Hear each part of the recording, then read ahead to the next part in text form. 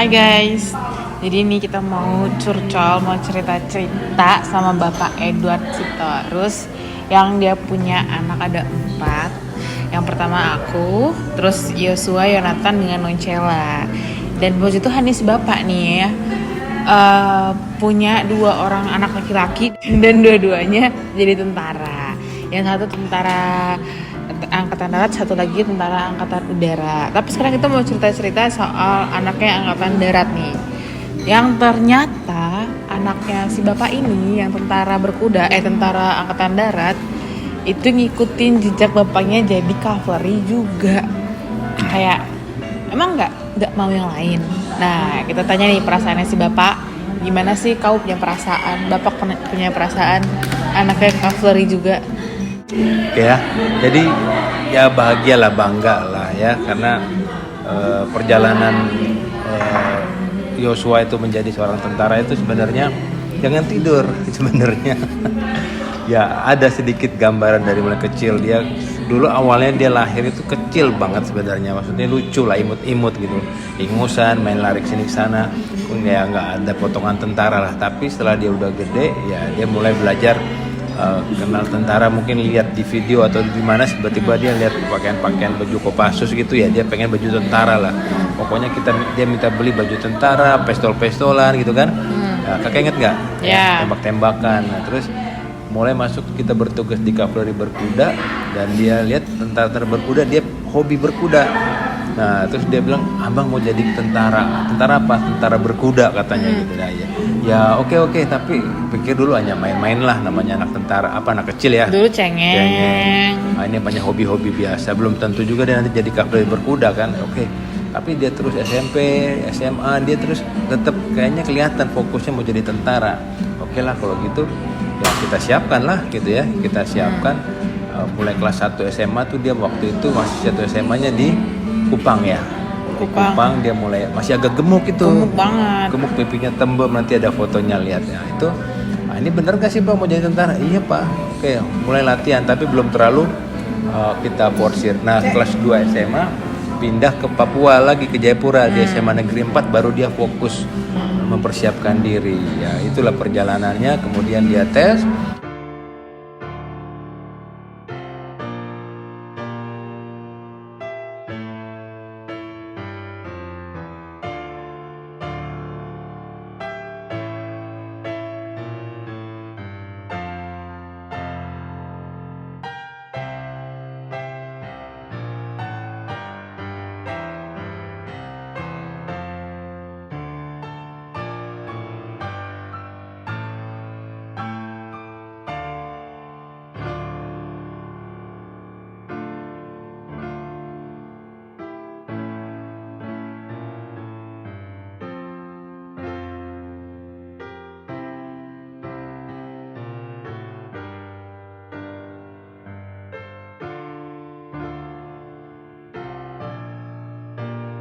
...2018 nggak lulus ya, ada videonya ya, silakan nanti dilihat cerita panjangnya.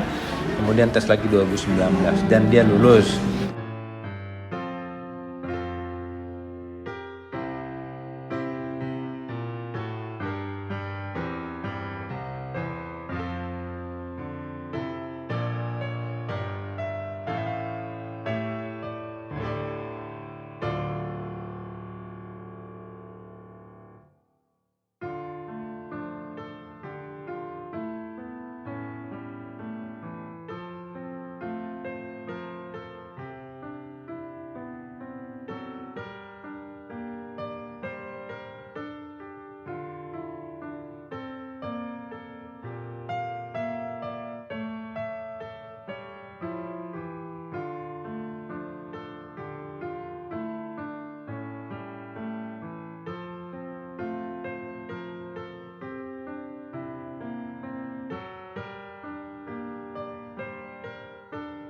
Kemudian dia masuk Akmil 2019.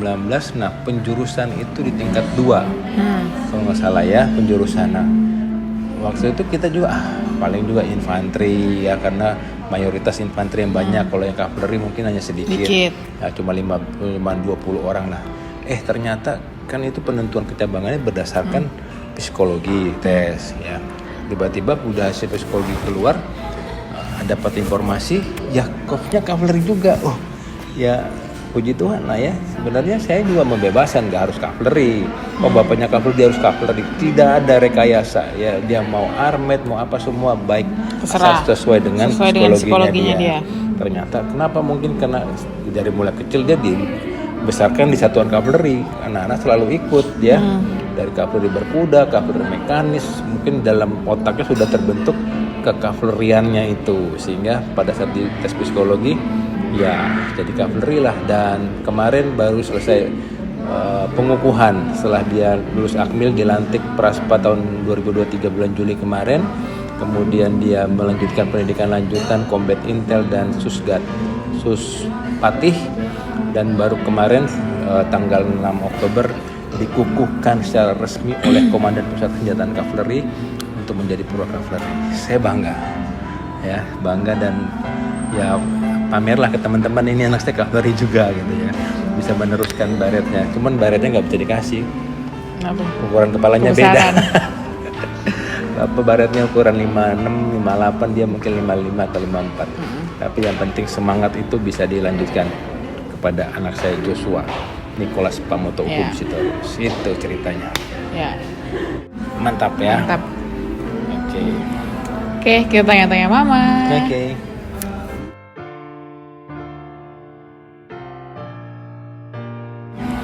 Oke, kita tanya-tanya Mama. Oke. Nah, ini ibunya Yosua, ibunya anak-anak nih. Ya, Ibu, gimana perasaannya jadi mama yang anaknya yang cowok-cowok, yang jelek-jelek, yang masih bayi itu bisa jadi tentara? Aja lu, Apa gimana? masa anakku dibilang jelek? Anakku kan ganteng-ganteng semua. Terus udah gitu, mama dulu awal-awal mama beda ya, awal-awal abang masuk. Abang baru bener-bener baru masuk, kita baru keluar akmil aja mama baru nangis, udah nangis. Enggak juga. Adek enggak gitu. Kenapa? Enggak juga. Ya kenapa dulu? Kenapa? Enggak. Ya kenapa? Oh, Terharu. Mama aja lihat anaknya orang waktu lulus aja mama nangis juga. Iya kenapa? Enggak tahu, terharu aja gitu. Kenapa terharu? Ya seneng, bersyukur perjuangan ibu itu sungguh luar biasa. Emang perjuangan ibu gimana? Kan manja tuh ya. Dulu kan manja banget, masih kecil. Siapa yang manja? Adik-adik? Adik-adik manja? Enggak. Iya. juga. Abang dulu ayo waktu kecil. Di mana? Ibu nangis-nangis ke mama. Iya sih. Ayo. Pengen ikut terus. Pengen ikut terus. Karena abang tuh kan ya Apa? ya gitu deh. Setiap mau pergi pengen ikut ngejar-ngejar. Itu saya kira mama nyangka enggak waktu kecil dia kayak kalau mau ikut mama mau nangis gimana mak? Nangisnya? Mau. Mau jatuh. Guling-guling di lantai.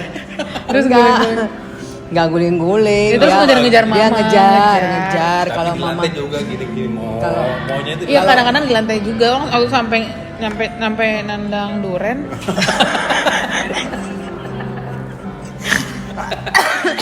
nendang duren.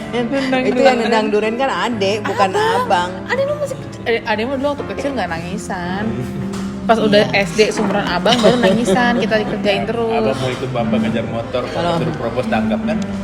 Ya. Propos tangkap Ya itu. terus kan abang tuh dulu secengeng itu, tapi tiba-tiba pengen jadi tentara. Lah mama gimana? Dari Bandung pindah ke Merauke nggak mau sekolah. Iya nggak mau sekolah terus sering. Sebenarnya bukannya nggak nyangka ya. Kayaknya dia udah mulai umur 9 bulan.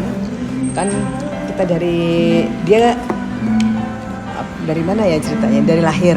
Iya. Nah, dia lahirnya di Gatot Subroto di RSPAD. Bapaknya lagi sewaktu itu ada di Kelapa 2, Gladi Posko gitu.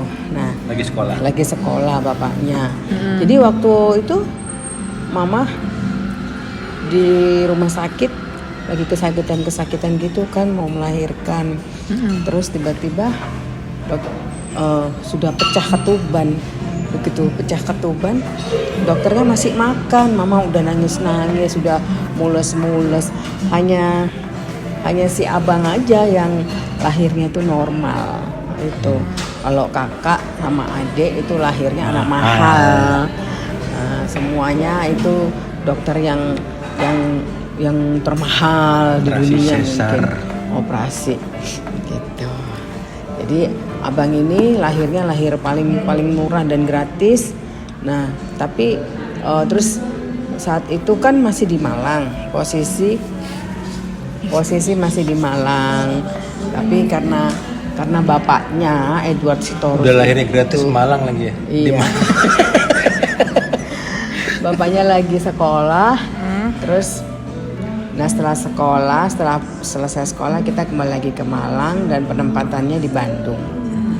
Itu waktu di Bandung itu ya berjalan dengan waktu, tiba-tiba bapaknya dapat skep jadi Wadan Den Kafkut. Waktu itu abang asal mulanya itu dia senang naik kuda, jadi suka ada acara-acara keluar, terus dia tuh suka naik kuda itu nggak mau, dia sampai tidur di kuda digendong om-omnya, di pangku om-omnya gitu di kuda itu. Udah tidur diangkat, pikir udah selesai. Iya, terus begitu diangkat dia bangun nangis, akhirnya ditaruh lagi, tidur lagi di situ. Waktu itu kan sudah lama kita papa jadi Wadan terus ke Bandung, Sesko papahnya, terus kita pindah ke Merauke 1 tahun 5 bulan, terus kita pindah lagi, dipercaya untuk bapaknya menjadi komandan detasemen di Parompong. Itu kelas 3 abang. Kelas 3. Dari situ mulai dia mau pengen naik kuda, coba-coba dia terus Ke sekolah dia naik bapaknya kuda. waktu itu kan beliin sepatu sama helm sama pecut dari dari Paris. Waktu bapaknya ke Paris dibeliin lah anak 2 ini. Waktu itu bapaknya iseng-iseng, udahlah ayo bikin turnamen aja berkuda antar anak anggota gitu, sama anak member Turangga, bala Turangga, iseng gitu kan. Anaknya juara dressage ya waktu itu ya. Akhirnya disitulah si abang ini suka berkuda gitu. Sebenarnya masih bayi juga sih dia suka berkuda, tapi dia dalami terus, diikutkan turnamen itu semua. Dia bapaknya ngikutkan.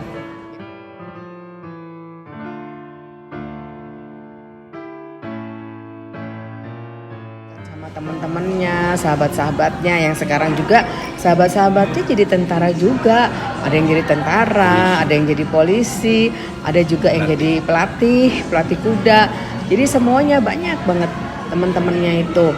Nah, di situ akhirnya dia terus berpacu. Tiba-tiba bapaknya dapat skep di Papua. Ternyata ya mau nggak mau, suka nggak suka, ya anak-anak ikut terus ya putus hubungan dengan kuda sampai bertahun-tahun, sampai dia SMA. Tapi di lain itu begitu anak-anak si Joshua ini, abang ini libur, dia selalu ke omnya, Om Agus namanya, om ajudannya bapaknya. Selalu ke Bandung. Kalau ditawarin, ayo kita ke sini, nggak mau. Dia mau ke om, mau dia berkuda. Terus ya puji Tuhan waktu itu ada turnamen kecil-kecil gitu dia ikut. Padahal udah lama enggak. Padahal dia sudah lama nggak pernah main kuda. Tapi sama omnya dia dilatih. Ternyata puji Tuhan dia tetap juara satu, tetap dapat medali emas gitu. Makanya dia hobi itu sungguh dia tekuni sampai dia lulus SMA. Dia begitu SMA dia bilang, Pak, aku mau jadi tentara berkuda, katanya gitu. Emangnya tentara berkuda aja? Iya, tapi abang mau tentara berkuda gitu. Abang bisa naik kuda terus gitu. Akhirnya dia dilatih sama bapaknya. Benar kamu mau jadi tentara? Benar, Pak. Akhirnya dilatih. Nah, bapaknya itu kan kadang-kadang kadang-kadang bapaknya itu rada Ngeselin. ngeselin juga ya. Dia ngelatih anaknya tuh kayak ngelatih anggotanya gitu. Jadi bukan kadang-kadang ya keras gitu. Ya pokoknya pagi-pagi bangun harus push up, kalau nggak push up dimarah-marahin, kalau nggak sit up dimarah-marahin, pokoknya dimarahin kayak dia marahin anggotanya persis sudah gitu. Saya bilang itu bukan anggotamu, itu anakmu gitu. Ya kalau dia mau berhasil ya sudah, pokoknya harus ini gitu, harus ngikutin pelatih katanya, dia itu pelatih katanya gitu. Ya kadang-kadang sebagai ibu ya kasihan juga ya lihat Joshua ini bangun pagi kan, memang kita selalu berdoa sama-sama dengan keluarga. Habis gitu dia harus sit up, Jam 4 udah bangun. Iya, jam 4 bangun, sit up, push up apa segala macem, sampai lari setiap hari gitu. Ya waktu-waktu senggang-senggang setelah selesai pulang sekolah dia juga harus berlatih, sampai dibuatkan pull up itu restock, tiang restock. Setiap kita pindah di Papua kan kita 13 tahun. Setiap pindah rumah itu kita hampir berapa kali ya pindah rumah, karena pindah jabatan, pindah rumah. Setiap ada rumah tuh dibikinkan restock, dibikinkan tiang restock gitu. Terus pindah rumah karena pindah jabatan, pindah rumah. Setiap ada rumah tuh dibikinkan restock, dibikinkan tiang restock gitu. Terus ya udah, ya kalau ya saya berdoa Tuhan, ya kalau memang anakku mau jadi tentara ya sudah, ya tercapailah cita-citanya sesuai yang diinginkan si abang ini gitu. Terus pada saat dia awal-awal dia lulus sekolah, terus dia ikut tes akmil pertama kali, dia dilatih terus, makin kencang, setiap hari dilatih gitu. Terus dia diajak bimbel, diajak semuanya lah, kursus, psikotes. Ya saya sebagai ibu mendampinginya supaya saya tahu gitu kemajuan anak saya gitu. Ya, sampai ke Magelang, sampai ke Bandung, mana-mana saya jabanin ikut sama anak-anak sampai berbulan-bulan. Saya sebenarnya kan sebagai ibu Persid juga di organisasi Persid juga, saya kadang-kadang gimana ya, saya izin terus, tapi saya demi anak saya harus melakukan itu gitu. Terus saya juga menjalankan puasa dengan suami, dengan anak-anak, kita sepakat doa puasanya itu sampai hari Senin sampai hari Sabtu tuh kita jabani kadang. Ya waktu itu kan si abang begitu dia tes pertama ranking 2 dari Papua, dikirimlah berapa orang itu ya? 17 dia ranking 2. Tapi ya puji Tuhan belum kasih kesempatan dia. Kita harus kita harus lulus 7 orang, tapi dia nggak lulus. Yang lulus 7 orang. Iya, yang nggak lulus itu diantaranya si Joshua gitu. Jadi ya dia pulang sama teman-temannya, terus ya begitu pulang dia ditanyain sama bapaknya, kamu mau kuliah? Enggak. Mau katanya, mau kuliah katanya, mau. Tapi kuliah tentara ya Pak katanya gitu. Ya di depannya saya biasa-biasa aja. Ya kalau kamu mau kuliah silakan. Tapi kalau kuliah tentara nggak ada. Berarti kamu kan nggak mau kuliah, kamu mau jadi tentara.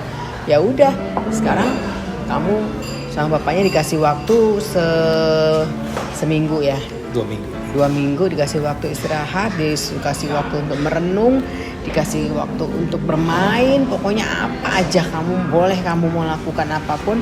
Setelah itu kamu harus mempersiapkan diri untuk mengikuti latihan-latihan yang lebih lagi daripada sebelumnya. Itu padahal menurut saya sebelumnya itu udah sangat-sangat berat. Kadang-kadang dimarah-marahin, kamu tuh, maka saya bilang itu bukan tentara. Tapi kan dia mau jadi tentara. itu kan masih anakmu, saya bilang. Kadang-kadang gitu, kadang-kadang kita berselisih paham gitu. Cuman saya hanya berdoa aja, terus ya berdoa sajalah. Saya doa anak-anak saya yang berusaha gitu, dan tiba saatnya dia mengikuti tes lagi yang kedua. Saya tetap berdoa, saya tetap puasa. Tuhan, saya nggak mau apa yang dia saat ini dia siapkan, upayakan semua, ya nggak usah gagal lagi, jangan gagal lagi lah gitu. Karena ya gimana ya, bagi orang tua sedih juga gitu. Cuman saya nggak mau ngelihatkan aja, cuman tenang-tenang apa gitu. Cuman saya lihat dia pagi, dia udah keluar rumah, dia sudah berlatih, dia udah kursus, berenang, nggak pernah pulang. Jadi dia pelayanan di gereja, jadi di mobil itu ada, mungkin ada bajunya, jadi dia harus ini, ada bukunya apa semua gitu. Kadang-kadang dia naik motor, saya bilang udahlah jangan naik motor. Kalau naik motor kan karena di kondisi di Papua itu kan naik turun, nanti kalau dia lelah atau gimana gitu kan, jadi udah bawa mobil aja lah si abang. Jadi kata teman-temannya kadang-kadang dia itu ketiduran di rumah temennya, di parkiran temennya itu dia ketiduran karena dia capek. Dia habis pulang dari pelayanan dari gereja, dia harus kursus bahasa Inggris, terus paginya dia harus kursus kimia, fisika, apapun, matematika, bahasa Indonesia itu. Sampai saya ikutkan lagi dia bimbel di Magelang, terus sampai di Bandung, pokoknya kemana-mana. Sampai dia itu MCU itu keseluruhnya, di Bandung lah, di Jakarta RSPAD, terus di mana, di rumah sakit yang di Magelang, psikologi juga gitu, di Bandung, di mana, di Magelang. Sampai saya konsulkan gitu, karena supaya ya itu dia bekal. Saya kan nggak tahu apa-apa, saya konsulkan itu, jadi saya bagian masak. Saya ngontrak kos-kosan, terus saya masak. Ada teman-temannya dari Papua itu 4 orang lah ya, atau 5 orang. Gurunya juga saya datangkan. Kalau mamanya gurunya nggak sempet, anak-anak nggak sempet ke itu, ya udah saya datangkan ke rumah. Jadi pokoknya selama 1 bulan 2 bulan itu saya berada di Jawa gitu. Jadi anak-anak Papua. Ya, di situ saya bersyukur, puji Tuhan ya. Dia Joshua kemarin dilantik, dikukuhkan menjadi perwira kavaleri. Itu saya ya terharu gitu ya, seneng, bangga lah itu pada anak-anak yang kavaleri terpilih jadi menjadi 15 orang ya. Di 15 orang ini dia diacak, dia ditugaskan di tempat ya sesuai lah. Sebenarnya tempat-tempat itu tempat-tempat yang bagus semuanya gitu. Jadi ya saya juga untuk anak-anak ya semuanya selamat gitu. Nggak suatu kebetulan kalian itu menjadi kavaleri, itu ditunjuk menjadi kavaleri. Jadi ya berjuang, awal dari perjuangan kalian, awal jadi prajurit yang tangguh ya, semangat tuh. Jadi jangan putus asa. Oh saya ditempatkan di sini, ya semuanya itu sama, semuanya itu enak, semuanya itu enak. Pekerjaan-pekerjaan yang kalian saat ini dipercayakan oleh negara, dimanapun, kemanapun kalian berada, itu adalah suatu kehormatan bagi kalian. Jadi kalian harus menjalankannya dengan penuh tanggung jawab, dengan semangat, dengan penuh sukacita, bahagia. Itu ya sebagai orang tua juga cukup bangga itu. Ya selamat buat anak-anak, selamat buat Joshua, Mamoto, Uhum, Sitorus yang saat ini dipercayakan untuk dia berdinas di Yonkaf Batalion Kavaleri 1 Cijantung, Kostrad. Nah, saat ini terus maju, terus berkarya, andalkan Tuhan. Semuanya apa yang saat ini dipercayakan itu adalah kehormatan. Amin. Dadah. Sekian cerita dari kita bertiga. Oke, dadah.